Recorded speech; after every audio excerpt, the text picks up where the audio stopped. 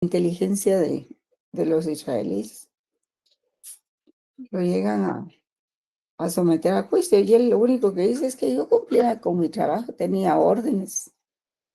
Y entonces es cuando uno dice, pero entonces la gente no analiza, no tiene moral.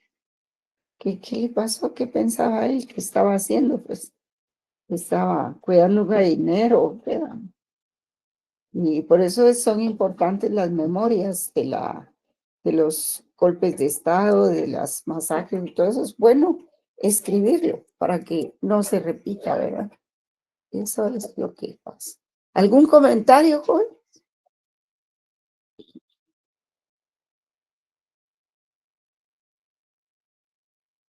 Sí, César, ¿Qué tal, Igda? Buenas noches. ¿qué tal? Buenas noches. Fíjese Qué que bueno. me pareció bien interesante el video Sí, porque justamente es lo que analizábamos con unos compañeros esta semana. Usted nos mandó el ejercicio de buscar una sentencia sí, cómo no. y analizar esa sentencia. Entonces, cuando nos encontramos con ese contraste, a veces parece que analizamos otros territorios cuando en Guatemala tenemos un proceso bélico igual. Y justamente veíamos que en el 2024 Ajá, la Corte de Constitucionalidad juega ese papel bien importante porque deja o hace que la ley sea retroactiva para beneficiar a ciertos actores que en su momento son acusados de genocidio en Guatemala. Entonces, ellos se excusan bajo esa cortina de, sí, yo lo hacía en nombre del Estado. Entonces, ¿en qué momento nuestro propio Estado ha llegado a tener ese nivel de deshumanización hacia utilizar al ejército, que fue lo que se da en el conflicto armado interno? Entonces, es bien interesante porque no necesitamos irnos a otro lado del mundo, sino que aquí hay un antecedente que se puede estudiar y de hecho, tal como se ha dicho, el hecho del genocidio en Guatemala es estudiado en todas las universidades del mundo, en muchas universidades del mundo, por cierto. cómo se crea este espacio al no tener ninguna sentencia o no tener ningún responsable hasta el momento y que existen los acuerdos de paz. Y otra de las cosas que veo es cómo la población se queda inconforme, porque los pueblos indígenas continúan creyendo que vivimos en un estado, y parece ser así, un estado que es desigual, que no actúa de una forma humanizada para ver y velar por el clamor de la justicia que ellos siguen teniendo. Sí, sí. Y que todo se quede en el olvido, ¿verdad? Todo se queda en el olvido y todo, la gente pasa con sus actividades diarias y con lo que tienen que hacer y aquí no pasó nada, ¿verdad? Por eso es que se escribió se escribieron esas memorias históricas que existen para que eso no se repita, pero también hay una actuación de ocultamiento de esos casos, de esos y los otros, ¿verdad? De los de corrupción, que se trata de ocultar lo que pasó. Y eso fue sometido hasta la Corte Interamericana de Derechos Humanos, porque ya los habían absuelto. Entonces la Corte Interamericana ordenó que se reabriera el caso y que se les volviera a juzgar. Y pues ahí tuvieron problema el juez que llevaba el caso, que fue, le quitaron el antejuicio para investigarlo. Entonces, es una forma de acallar a la gente y a los funcionarios para que no hagan nada, ¿verdad? Sí, no hay necesidad, entiendo que no había necesidad de traer un video de lo que pasó en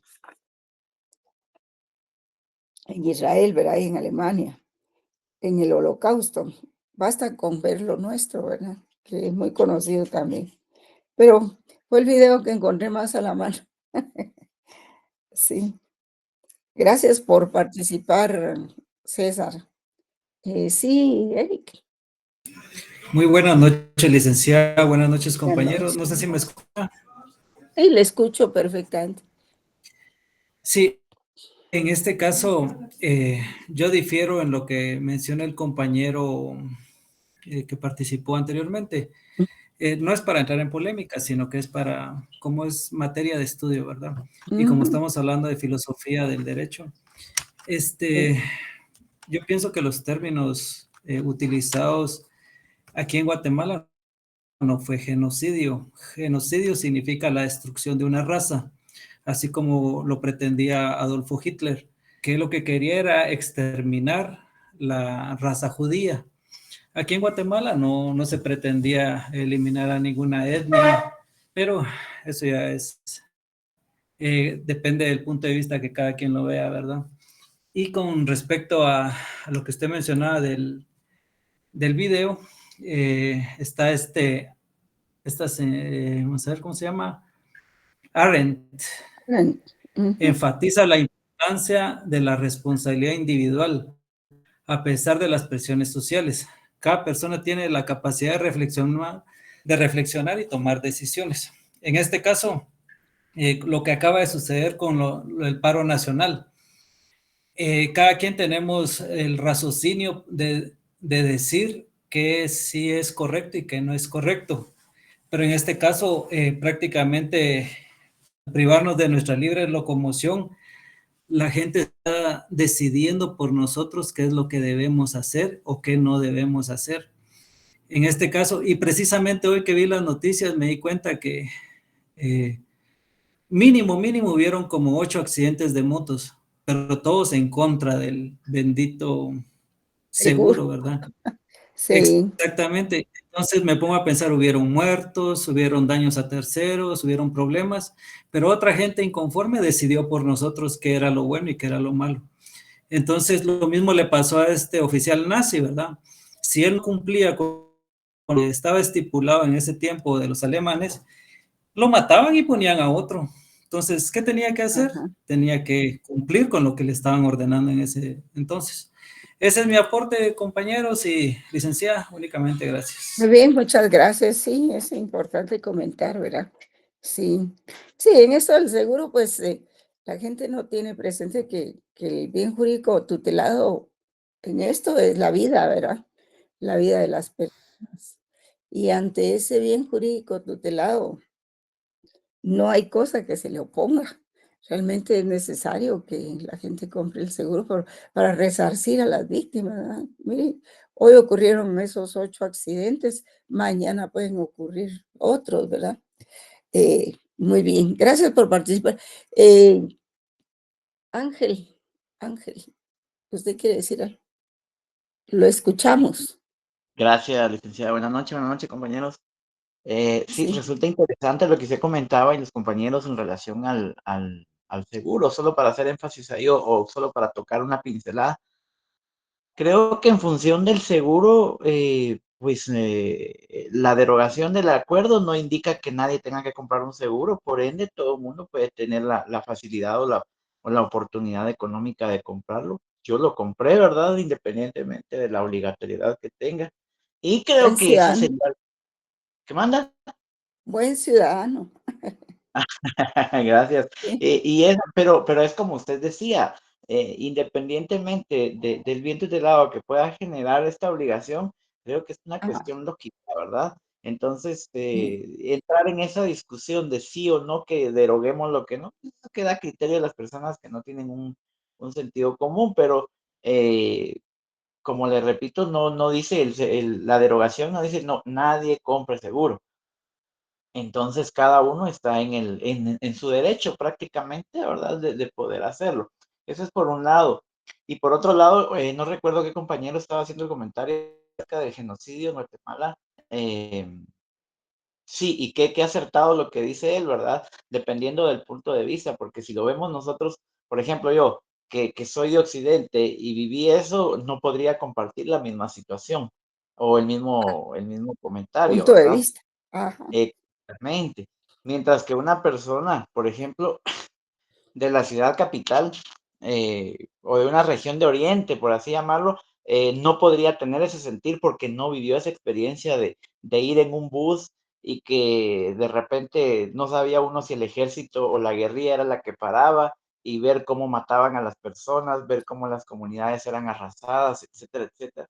Entonces, yo lo viví de cerca y no podría compartir el concepto de no fue genocidio. Quizá no lo fue, pero de alguna manera afecta el sentido, ¿verdad? Y como dice el compañero ahí victimario, pues entonces me gustaría que ampliara eso. Feliz noche, licenciada, gracias por el aporte, la oportunidad. Muy bien, sí, claro, para eso son estos videos, ¿verdad? Para que lo discutamos y veamos otros puntos de vista, ¿sí? ¿Alguien más quiere participar? Mayra Vega. A ver, Mayra. Licenciada, buenas noches Buenas noches. compañeros. Sí, Muy de acuerdo con el último comentario del compañero, si eso no es desde el punto de vista de donde lo hayamos vivido. Pero como también es importante poder aprender, yo les quisiera compartir la definición de genocidio según la Real Academia. Dice que es el exterminio sistemático de un grupo humano por motivo de su raza, etnia, religión o nacionalidad. Entonces, en base a esa definición, cada quien podrá tomar sus conclusiones. Eso es mi aporte, ¿verdad? Entonces, no es el exterminio de una raza, sino el exterminio de un grupo, ah, sí, ¿verdad? Entonces, es y esto cambia interesante. las cosas. Me gustó el comentario del compañero, porque yo podría decir si hubo o no hubo, dependiendo inclusive de en qué municipio o departamento yo vivía, ¿verdad? Entonces, pues es interesante. Y relacionado al video, licenciada, le quería comentar que me encantó esta frase. Lo más importante no es lo que hagas por ti, sino lo más importante es lo que hagas por los demás. Eso me lo llevo como enseñanza de vida. Buenísimo, licenciada. Muchas gracias por el video. Feliz noche. Muy bien, sí, gracias. Sí, tiene unas frases interesantes el video. La verdad que aporta mucho. A ver, Dora Esperanza, acá y quería participar. Buenas noches, licenciada. Buenas Fíjese noches. que yo también quiero, pues, opinar, ¿verdad?, acerca Aportar. Sí, claro. de lo que sucedió durante el conflicto armado, ¿verdad? Yo pienso que eso fue también, más que todo, intereses de ciertos sectores que también utilizaron al ejército para algunos fines. Y se lo digo más que todo porque, pues, yo soy de la región de Alta Verapaz y pues ahí se vivió una masacre en La Tinta, lo cual fue un problema por tierras, que había una persona que quería ciertas tierras y utilizó al ejército para eso. Entonces, a lo largo, pues podemos ver de que eso fue también en beneficio de algunas personas que quisieron quitarle a los campesinos sus tierras, ¿verdad? Eso sucedió en muchos lugares del occidente, de la costa incluso. Y referente al video, pues también a través de la historia, como el mismo video dice, la libertad del libre albedrío, ¿verdad? Que Dios nos dio de hacer el bien o hacer el mal, porque a través de la historia también, a través de películas hemos visto personas que incluso estuvieron en el mismo ejército que contribuyeron a ayudar a algunos judíos, ¿verdad? Para que los ocultaron y entonces también tuvieron la opción de decidir entre hacer el bien y hacer el mal, sabiendo que eso podía costarle su propia vida. Es lo que tengo como aporte, licenciada, y aparte Ah, muy bien. sería muy bonito también leer algunos libros del padre Fallas, donde él habla acerca de las masacres que realizó el ejército. Entonces, sí podemos entender de que había un exterminio y había un odio hacia los pueblos indígenas. Entonces, lamentablemente, pues eran indígenas matando indígenas, ¿verdad? Porque el ejército también estaba conformado por gente indígena. Entonces, a la larga, pues no sé si el término genocidio entraría porque realmente era una misma raza matándose, ¿verdad, licenciada? Es mi aporte. Sí, sí. Bueno, muchas gracias, Dora. Interesantes sus comentarios. Sí, lo que pasa es de que también esos testimonios del padre Falla son verdaderos testimonios de toda la crueldad y de todas las cosas que vivieron los indígenas en esas regiones, ¿verdad? Y después se ve que muchos finqueros aparecen, muchos finqueros nuevos, ¿verdad? Aparecen ahí por esas regiones de Alta, Baja Verapaz ¿Qué otra región? Bueno, todo eso que le denominaron la Franja Transversal del Norte, ¿verdad? Y que actualmente todavía están siendo peleadas por las comunidades, ¿verdad? Están siendo peleadas por ellos. Y hay invasiones, ¿verdad? También. Sí, sí, Ángel. No quiero ser castroso, pero quiero participar ahí, Lita. En ese sentido, hay que recordar algo en función de lo que se acaba de mencionar de la Franja Transversal del Norte. Recordemos también que históricamente, cuando en 1945 termina la Segunda Guerra Mundial, Ujú. se da una migración masiva de alemanes, ¿verdad? Por la misma situación. Y muchos Ah, de esos sí, alemanes, sí, vinieron precisamente a habitar la parte alta de Cobán. De ahí es donde encontramos a estas a personajes que no forman parte, precisamente, no sé si hay alguien de Cobán por acá, pero no me va a dejar mentir de que hay regiones donde hay personajes alemanes, pues descendientes de alemanes por la misma migración que se dio en su momento. Y sí, decía Dorita hay algo bien importante, ¿verdad? El ejército, perdón, el pueblo indígena contra el pueblo indígena, y era curioso, no sé si hay algún aliado mío aquí de esa edad, así, ¿verdad? Pero se topaba temporáneo. sí, un contemporáneo, ¿verdad, Ligda? Que Sí, uno avanzaba, como les comentaba, perdonen compañeros, pero sí parte de la historia me encanta contarla. Eh, Resulta de que usted iba en el bus para Occidente y lo paraba el ejército y resulta de que ellos decían que eran la guerrilla. Más adelante había otro puesto de asalto y que no era la guerrilla, sino que era el ejército. Entonces jugaron exactamente el juego de guerrillas, ¿verdad? Y al sí. final todos culpando a todos, pero son aspectos. Yo sé que aquí hay muchos compañeros que en algún momento tuvieron esa experiencia y sería bonito escucharlos también, pero hasta ahí llego, Linda, gracias. Bien, muchas gracias. Sí, pues la verdad que tenemos que continuar con la clase y les agradezco mucho sus comentarios. Eso quiere decir que el video sí, sí llegó a las conciencias, ¿verdad? Y eso es lo importante. Porque, digamos, el curso de Derecho, de Filosofía del Derecho, pues es formativo eminentemente, ¿verdad? Para eso se creó para despertar conciencias, para que ustedes abran sus ojitos y para que sean autocríticos y sean críticos en todo lo que ven, ¿verdad? Para eso, no para solo para enseñarles como borreguitos, miren, esta es la escritura pública de compraventa o este es el impuesto de tal cosa, ¿verdad? Sino que para dar otra perspectiva de lo que son los estudios en la Facultad de Derecho. Antes había varias sociologías que se fueron eliminando. Y lástima porque las fueron eliminando en función de poner más cursos de leyes, ¿verdad? Pero los cursos de sociología forman mucho al estudiante. Y cuando él se gradúa como una persona muy culta, pues, ¿verdad? Pero lamentablemente quitaron todos esos cursos. Y algunos solo les cercenaron por la mitad del contenido sin mayor estudio, ¿verdad? Sí, sí, sí, compañera Dora. Solo como último aporte, licenciada, yo soy de Alta Verapaz, específicamente de Cobán. Mm, Y sí, los alemanes llegaron mucho antes a Alta Verapaz, a la región, de hecho la época de establecieron Vico, fincas ¿ah? Sí, cafetaleras. Exactamente, ellos establecieron fincas cafetaleras, crearon muchas fuentes de empleo, de hecho muchos alemanes se casaron con mujeres indígenas.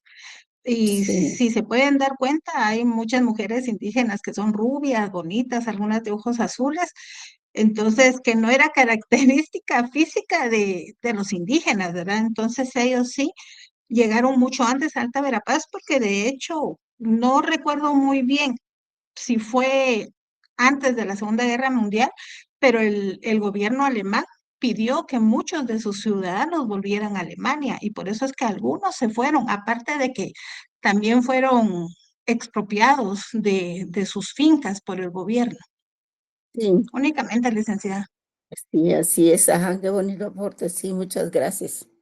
Sí, hay tanto que hablar, ¿verdad? Tanto cuando uno toca esos temas, pues hay mucho que decir, y sobre todo para nosotros los guatemaltecos. Bien, jóvenes, vamos a continuar con un tema que no lo tenemos en las filminas. Nos había quedado pendiente una parte de las filminas que vamos a trabajar, pero antes de eso quiero que conozcan lo que es la relación entre poder y derecho para poder explicar después lo que están las filminas, ¿verdad? Porque la verdad es de que tenemos que ver, viene desde aquí, más o menos cuando nosotros decimos razones para obedecer al derecho, ¿verdad? Y aquí es donde empiezan diferentes posturas de los filósofos en cuanto a la obediencia al derecho, ¿verdad? Pero hay una característica y es de que en todas ellas el ámbito de la moralidad tiene mucho que ver. Es increíble, pero tiene mucho que ver eso. En detrimento, dice, del ámbito jurídico e incluso político, ¿verdad?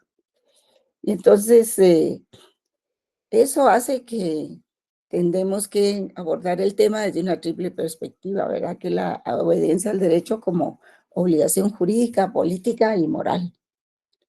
Y aquí tenemos pues una gráfica que nos ilustra acerca de cada una de ellas, nos la define, ¿verdad?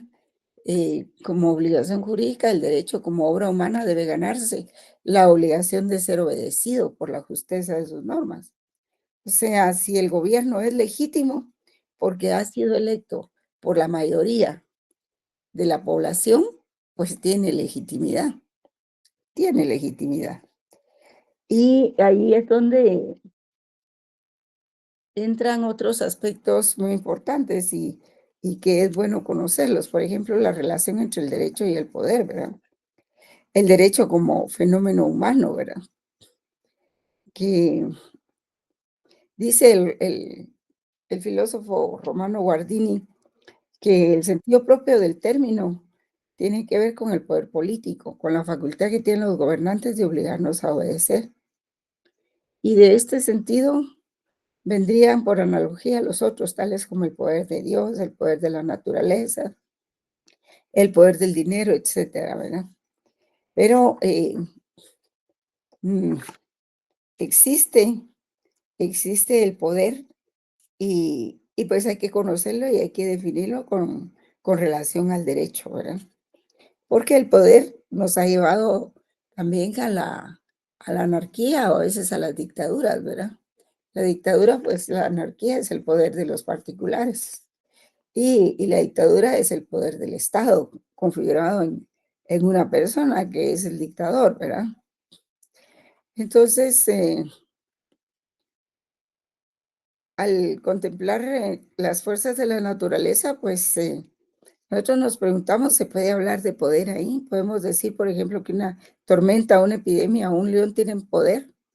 Probablemente todos empleemos el término en estos sentidos metafóricos, ¿verdad?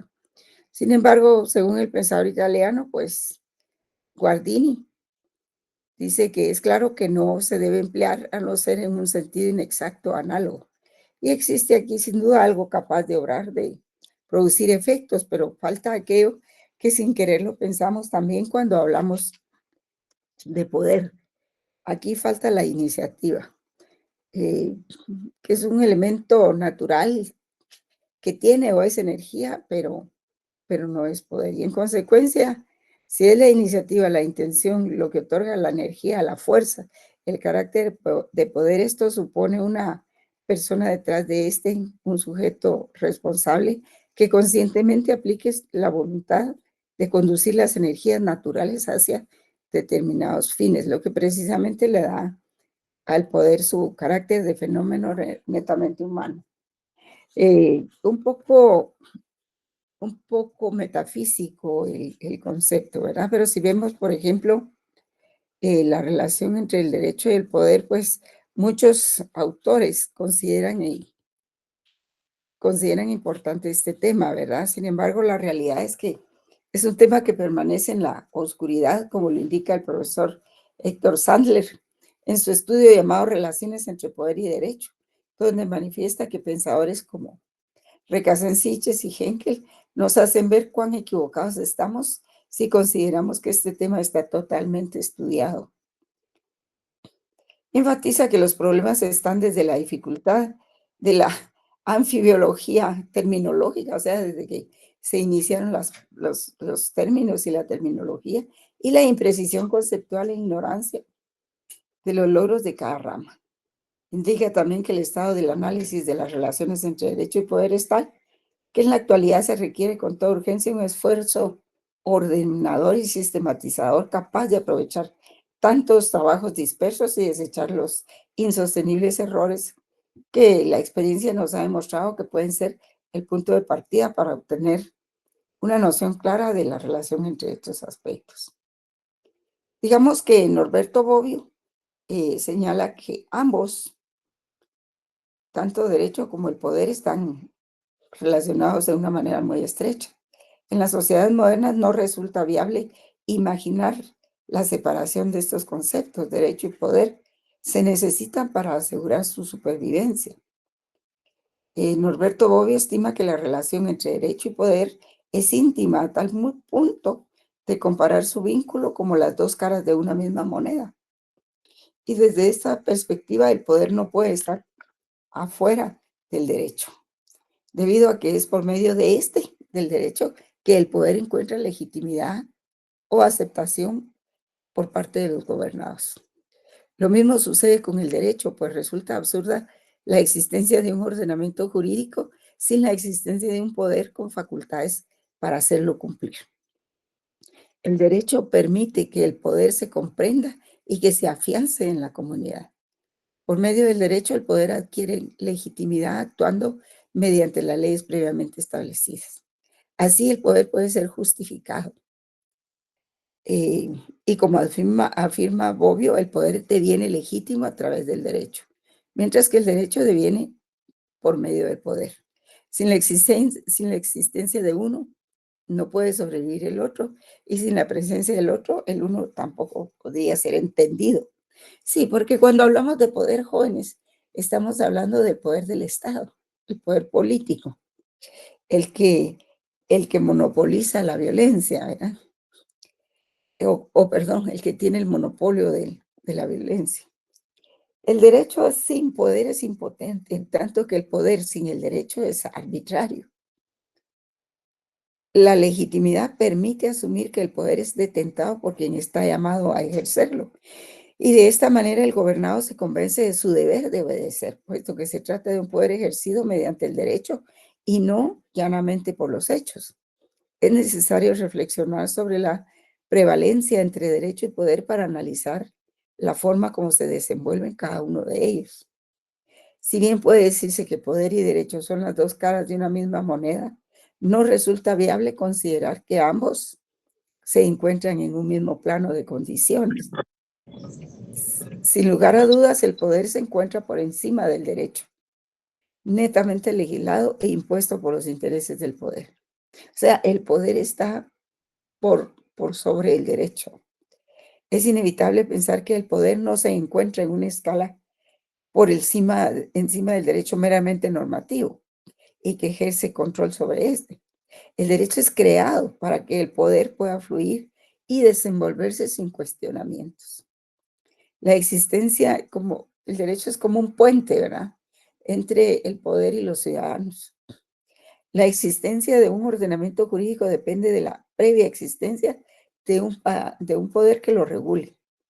Y en este sentido es necesario contraponerse a la tesis de Hans Kelsen, quien considera que el poder se encuentra por debajo de una norma superior. El poder para este autor termina siendo resultado del derecho y por tal motivo regulado por una norma. En Hans Kelsen, el fundamento último del derecho no se encuentra en el poder, sino en una norma fundante básica, cuya validez no se deriva de otra superior ni de un poder originario. De esta norma fundante se deriva la validez y unidad de todo ordenamiento jurídico. Como bien lo sostiene el autor italiano obvio era afirmar que el fundamento último del ordenamiento jurídico se halla en una norma de carácter superior no es pertinente, sino en un poder que crea las normas y que tiene la suficiente fuerza para hacerlas cumplir, o como lo manifiesta el mismo autor, donde no hay poder capaz de hacer valer las normas impuestas por él, recurriendo en última instancia a la fuerza, no hay derecho. Sí, digamos que el derecho y el Estado han surgido, como lo dice Marx, al mismo tiempo y por las mismas causas, ¿verdad? Efectivamente, el poder no puede estar desligado del derecho. La legitimación jurídica permite que el poder pueda operar sutilmente utilizando en última instancia la fuerza.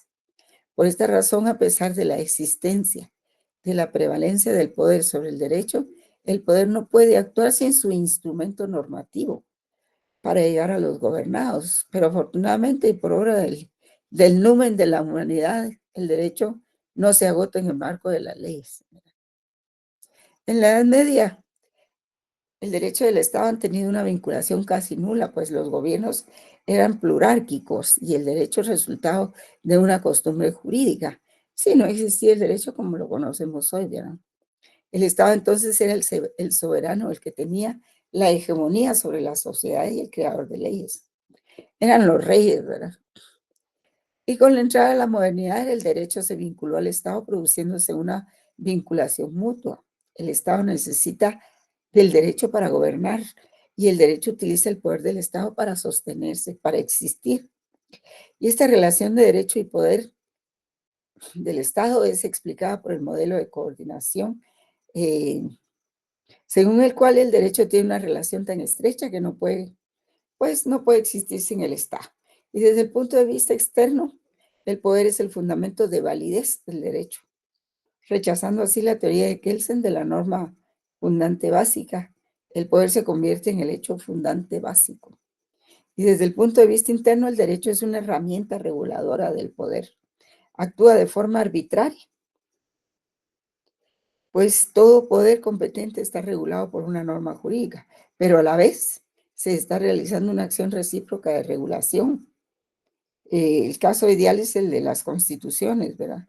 Pues a la vez que se regulan normas inferiores con la Constitución, se regulan también, se está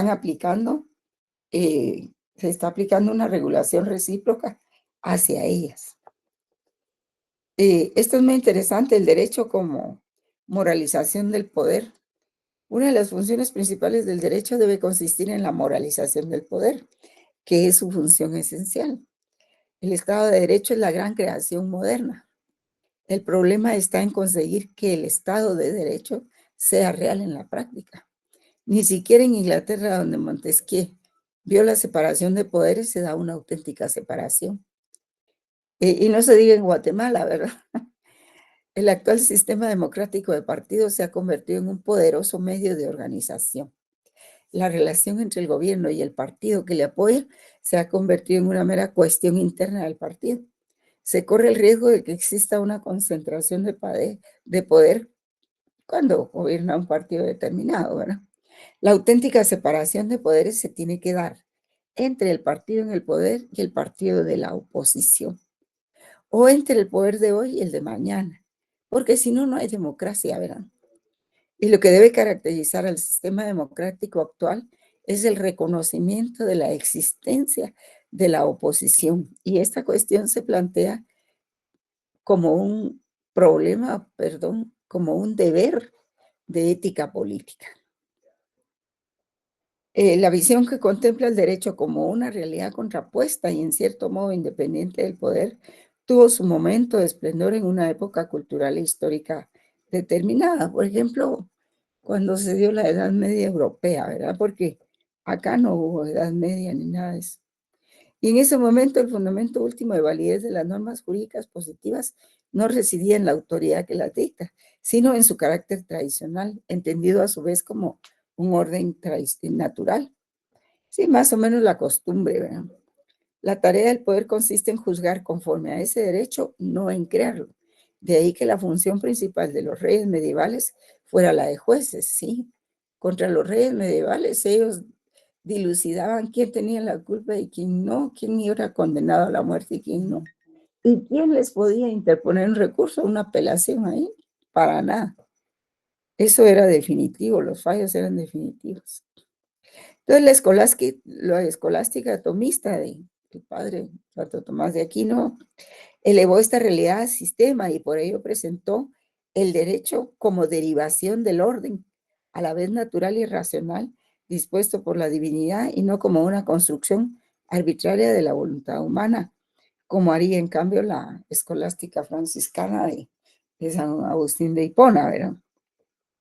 La doctrina de la complementariedad del derecho y el poder, pues la visión anterior se quiebra cuando se reconoce la necesidad de crear el derecho nuevo para resolver situaciones no previstas en el derecho tradicional y se reconoce además la posibilidad material de crearlo. Sí, por ejemplo, en la Edad Media pues empezó a verse que existían muchas acciones que posteriormente se considerarían como delitos, ¿verdad? Por ejemplo, mataban sin piedad, habían violaciones de mujeres, de niños y todo eso. Y luego nacían niños que no tenían padre.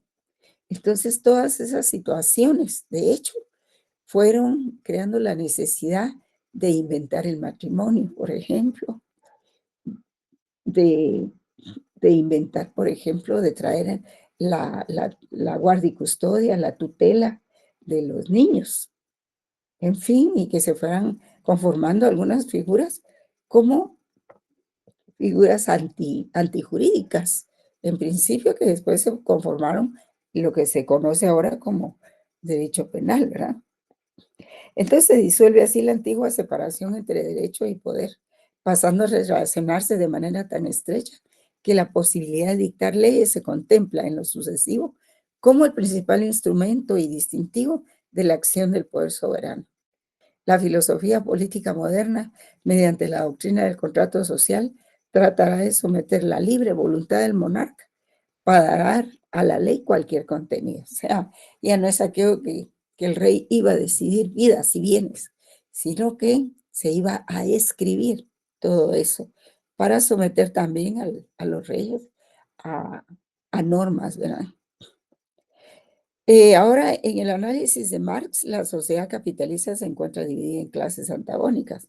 Sobre la base de este antagonismo de clases se crean las instituciones jurídicas y políticas del Estado y el derecho, con la finalidad de proteger mediante la coacción las condiciones que garantizan la continuidad del modo de producción capitalista y la posición dominante de la clase en el poder.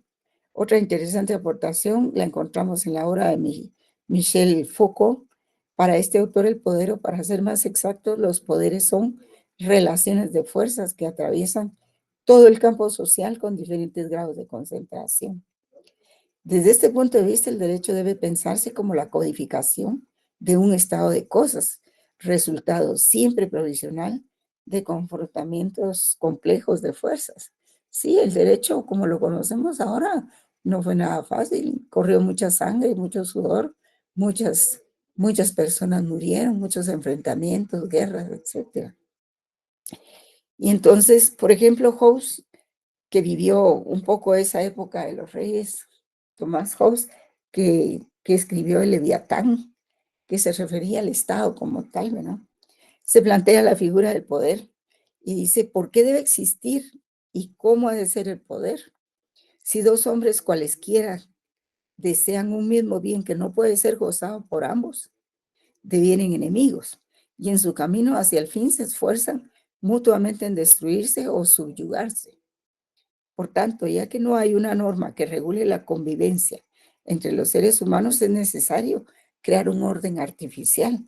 Así es como podemos hasta este punto entender al poder y al derecho como dos aspectos con muchísimo campo para estudio, ¿verdad?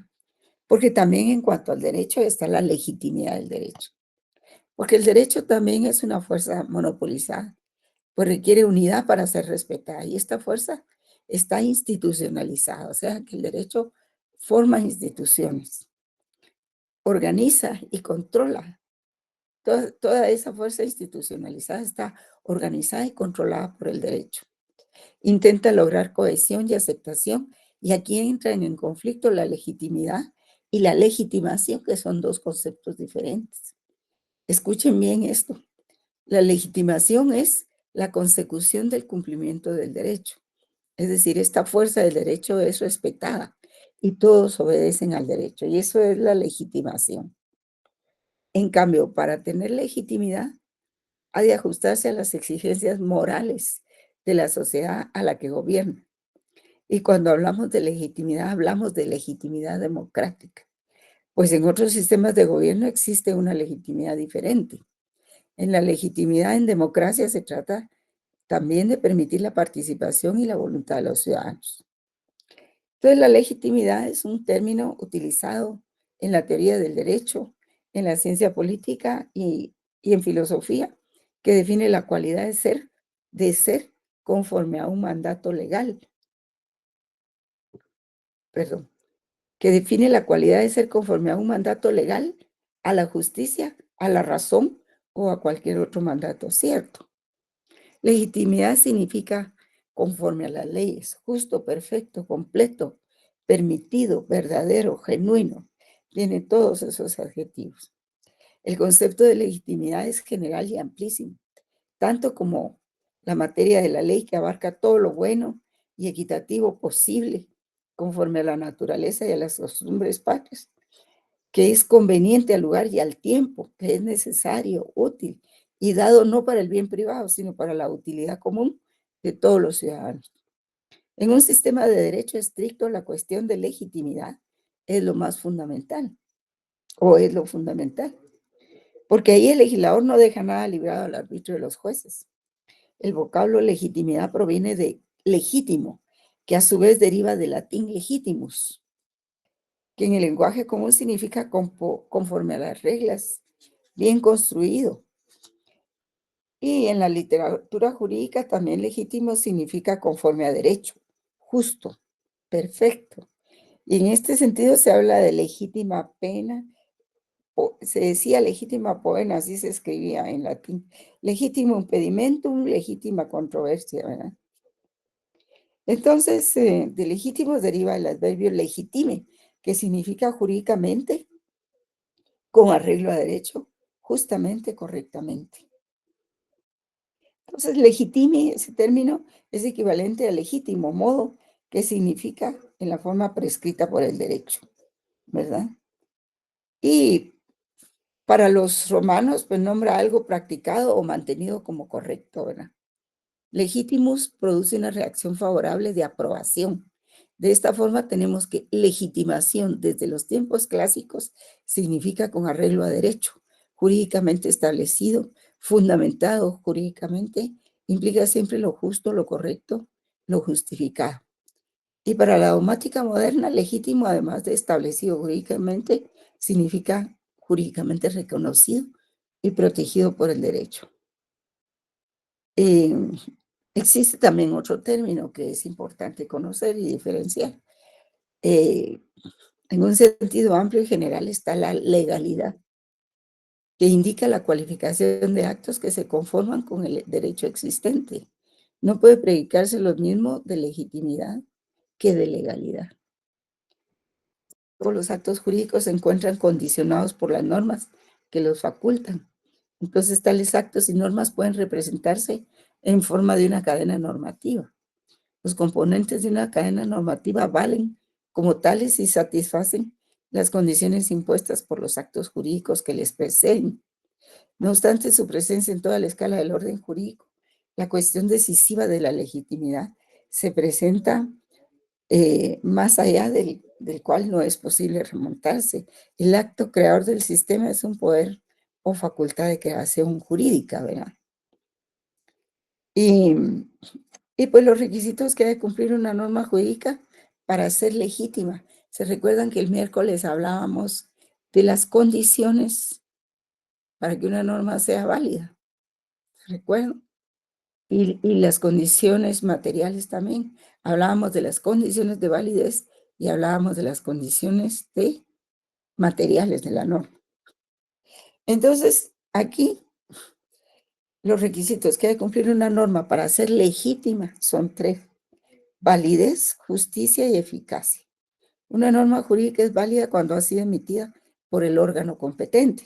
Es justa si la población la considera mayoritariamente que se atiene a los objetivos colectivos de esa sociedad. Y es eficaz si la población la cumple con independencia de si la percibe como justa o válida. La coincidencia de justicia, validez y eficacia en una norma jurídica es la medida de su legitimidad. El cumplimiento de una norma jurídica de manera habitual y sin necesidad de recurso a la violencia suele ser prueba de que es concebida como legítima. Para comprender mejor la idea, pues citaremos algunos autores, ¿verdad? Por ejemplo, Thomas Hobbes, decía que el principio de legitimidad de la sociedad política es el consentimiento, y por eso es de que la moralidad está muy, muy a la par y muy implicada dentro de la obligación, de la obligación para obedecer el derecho. El consentimiento es muy importante. Los hombres, para salir del estado de guerra y encontrar la seguridad y la paz, se someten a la voluntad de otro hombre o de una asamblea o de un parlamento. Es ese consentimiento o consenso lo que legitima el poder del monarca. Fíjense bien, cuando yo les hago una pregunta de esas, tienen que tener bien claros esos términos. John Locke decía, la legitimidad del poder está por el consenso de los miembros de la comunidad a someterse a ese poder. El hombre libre por naturaleza, no puede suponerse que se someta a ningún poder terrenal si no es por su propio consentimiento, el cual legitima y justifica el poder.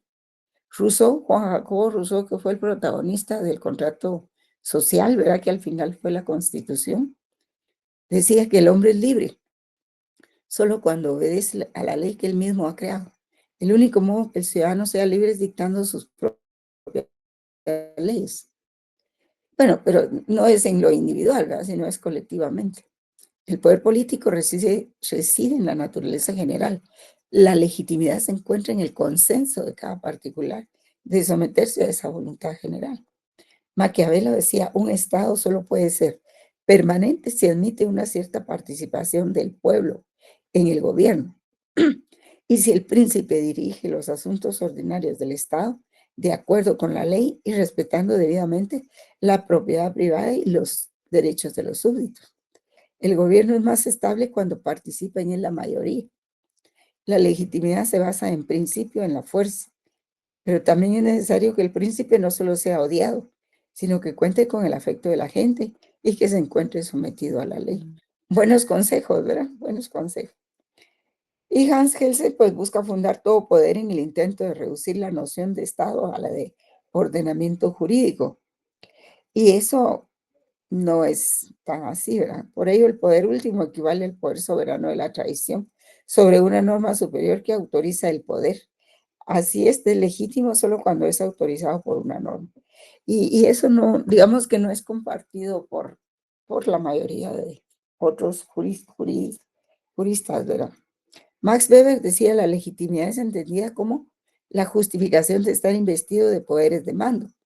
El monopolio de la fuerza no es suficiente para caracterizar un poder como político, en la medida que también es necesario que el poder sea legitimado, reconocido y válido bajo algún título.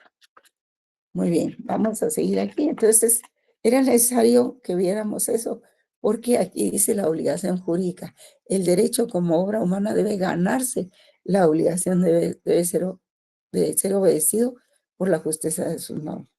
Sí, porque en primer lugar, un gobierno, por la forma como llegó al gobierno, pues por elección. Y si esa elección fue de la mayoría de los habitantes de un país, pues es un gobierno legítimo, porque era lo que la mayoría de la población quería y llegó. Entonces, aquí también de que las normas que emita sean justas. Si son justas y son congruentes conforme a lo que la población quiere, pues ya hubo ahí un clic y entonces las normas son obedecidas. Y esta es la obligación jurídica, ¿verdad? Y la obligación política, pues descansa en la necesidad de una autoridad, lo que es incompatible con la razón. Pues sí, ¿verdad? Pero se necesita de un gobernante. Actualmente en todos los países hay un gobernante, hay 3 poderes del Estado, tal vez no totalmente independientes, Pero están los partidos políticos, está la oposición y está la obligación moral, que esto es lo toral aquí, que es la conciencia moral autónoma, voluntaria del individuo y porque emana de los derechos humanos. Sí, los derechos humanos han sido muy atacados, pero al final, como a todos nos benefician, terminan por prevalecer, ¿verdad? Así, entonces, cuando uno se pregunta por qué debo obedecer al derecho, pues esa obligación política está ligada a lo que les acabo de contar, ligada a la legitimidad. Y esa es la justificación del Estado y de los sistemas políticos y jurídicos. Por eso es importante saber qué es legitimidad. También a las razones legales, pero estas no son suficientes para obedecer al derecho, porque son tautológicas. Ustedes tienen que definir qué es tautológico, jóvenes. Es parte de su diccionario, de su glosario de términos. Entonces, pues, porque son repetitivas, ¿verdad? Pero no son suficientes. Se necesita de la legitimidad del Estado. En cambio, las razones morales entienden que el derecho se obedece porque se considera justo. Y ahí es que tiene la parte de la moralidad mucha implicación en la obligación de obedecer al derecho. Se obedece porque se considera justo y emana de autoridades legítimas y de procedimientos democráticos, y eso es la moralidad. El derecho como obra humana debe ganarse, y también el Estado, la obligación de ser obedecido por la justicia de sus normas. Pues sí, la gente encuentra que, aparte son los bochinches que hacen los de otros partidos, ¿verdad? Como trampas para hacer trastrabillar a los gobiernos, ¿verdad? Entonces, el criterio de legitimidad y legitimación del poder, dice Norberto Bobbio, dice a quién debo obedecer y por qué debo obedecer al Estado. La obligación política, pues, es un tema recurrente, porque es la búsqueda del fundamento último del poder, que señala las condiciones que el poder debe acatar para ser o para merecer ser aceptado como válido. Hay que determinar el porqué del Estado, los motivos que exploran la obediencia que los hombres prestan o recusan al poder. En el cumplimiento de las normas por parte de los ciudadanos no hay dogmas. Saben que tienen un origen democrático para proteger sus derechos y que tienen conexión con las normas constitucionales, orientando su función al respecto de los derechos. Pues esa es la parte jurídica de los derechos humanos, ¿verdad? Las razones jurídicas se corresponden con las razones legales. Es decir, que esto va de acuerdo con los derechos humanos. No está solo lo escrito en un papel, hay instituciones también. La obligación política perfecciona la obligación moral individual, pues se apoya en razones morales conectadas íntimamente con el sistema político y presupone vida en sociedad, convivencia política, necesidad de autoridad. Esa es la obligación política. Y es la suma de obligaciones legales y morales. Estas últimas, pues, también cuestionan a las legales, ¿verdad? En realidad, la norma moral cuestiona a las políticas y a las jurídicas.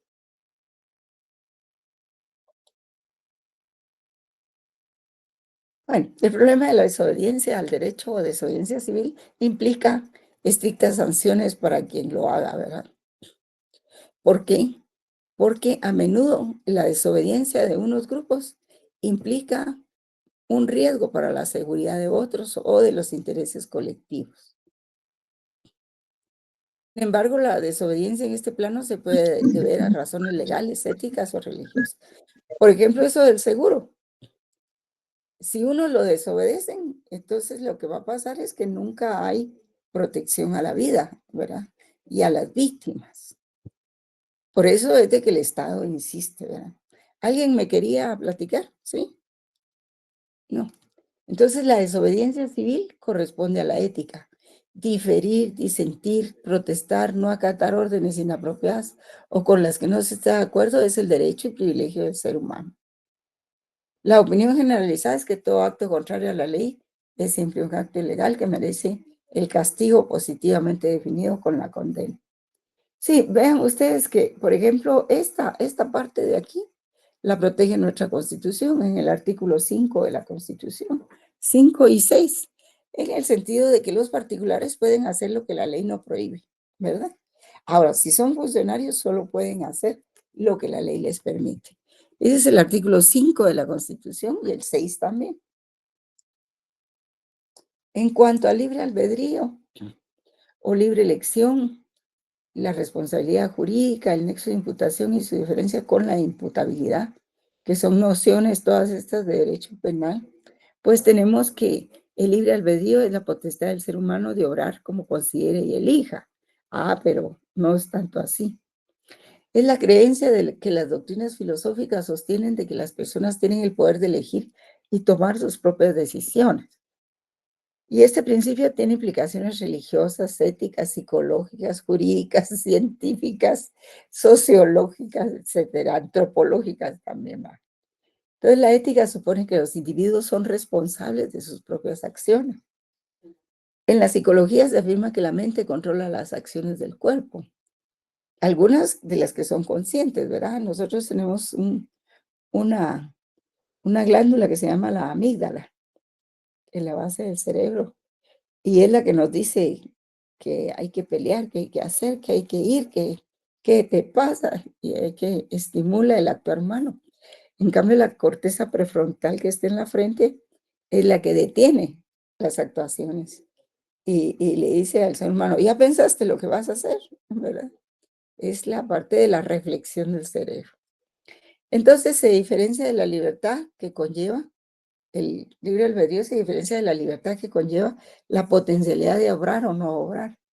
De ahí que se extienda a otros ámbitos de la vida del ser humano, como la religión, la historia, la filosofía, etc. El libre albedrío, según la Biblia, pues se dice que Dios le dio al hombre la facultad para obrar, según desee, independientemente de si sus decisiones son buenas o malas. San Agustín de Hipona sostenía que la posibilidad del hombre de elegir, que es la posibilidad del hombre de elegir entre el bien y el mal. Pero a veces dice uno, ¿qué es el bien y qué es el mal, verdad? Todo se vuelve oscuro o relativo. Y según el determinismo, esta es otra definición, toda conducta o elección humana tiene su raíz en una causa. Implica que nuestras decisiones estarían determinadas por todas las causas que preexisten, que es la causalidad, ¿verdad? Lo que significa que no hay elección posible y que libre albedrío en realidad no existe. Los liberales, digamos, no hablo de los partidos liberales, los liberales en sí, el pensamiento liberal, no reconocen esta tesis y afirman que sí existe libre albedrío, ¿verdad? Ahora, en el derecho penal sirve de fundamento legal para el castigo de los delincuentes. Significa que si un individuo ha tenido libertad para decidir hacer el mal, entonces también ha elegido o aceptado, en consecuencia, la pena o castigo aplicado para dicho delito. Pero esto se da cuando no hay impunidad, ¿verdad? Como en Guatemala, que salen los malos de la cárcel y entran los buenos. Entonces cuando hay impunidad, esto no es exactamente así. Entonces la responsabilidad jurídica es el deber, es la obligación que se tiene, o sea, la pena, ¿verdad? Por un comportamiento A o B. Deviene de la imputabilidad jurídica de un hecho jurídico causado por la culpabilidad, o sea, la responsabilidad objetiva, independiente de la intención de la acción, porque si ya hay intención de causar la acción, esto se vuelve, ya no hay culpa, sino hay dolo, ¿verdad? Y supone el nacimiento de obligaciones para el imputado y derechos para el sujeto ofendido o afectado. La obligación o deber constituye la comprensión de la persona de su lugar en la sociedad. ¿Esto qué quiere decir? Que depende el grado de conocimiento que yo tenga, si soy profesional, si no lo soy, si tengo familia, depende de mi situación, ¿verdad? Así voy a tener la capacidad de comprender qué es lo que estoy haciendo en esta sociedad, ¿verdad? Y hacia dónde voy y a quiénes afecto, ¿verdad? Entonces, toda acción conlleva responsabilidad. Eso es indubitable. La responsabilidad es una regulación moral o normativa de la conducta. Por eso es que la moral tiene mucho que ver en esto. Y finalmente, pues, hay que explicar el nexo de imputación y su diferencia con la imputabilidad, que es una noción del derecho penal, ¿verdad? En derecho procesal penal, la imputación es el acto mediante el cual se le acusa formalmente a una persona de un delito concreto, ¿verdad? Se diferencia de la imputabilidad en que esta es la posibilidad condicionada por la salud y madurez espiritual del autor de valorar correctamente los deberes y de obrar conforme a ese conocimiento. Sí, depende de quién se trate, una persona leída, de conocimiento, que sabe cuáles son los valores sociales, todo eso, pero también depende de gente que no tiene ningún conocimiento, que tal vez se manejan en actividades puramente operativas, ¿verdad? Como los pilotos, los brochas y todas esas personas.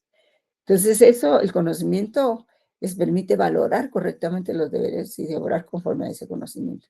Si no se tiene, pues todo vale, ¿verdad? Como dicen, perdón. Aquí hago lo que yo quiero y qué me importa, ¿verdad?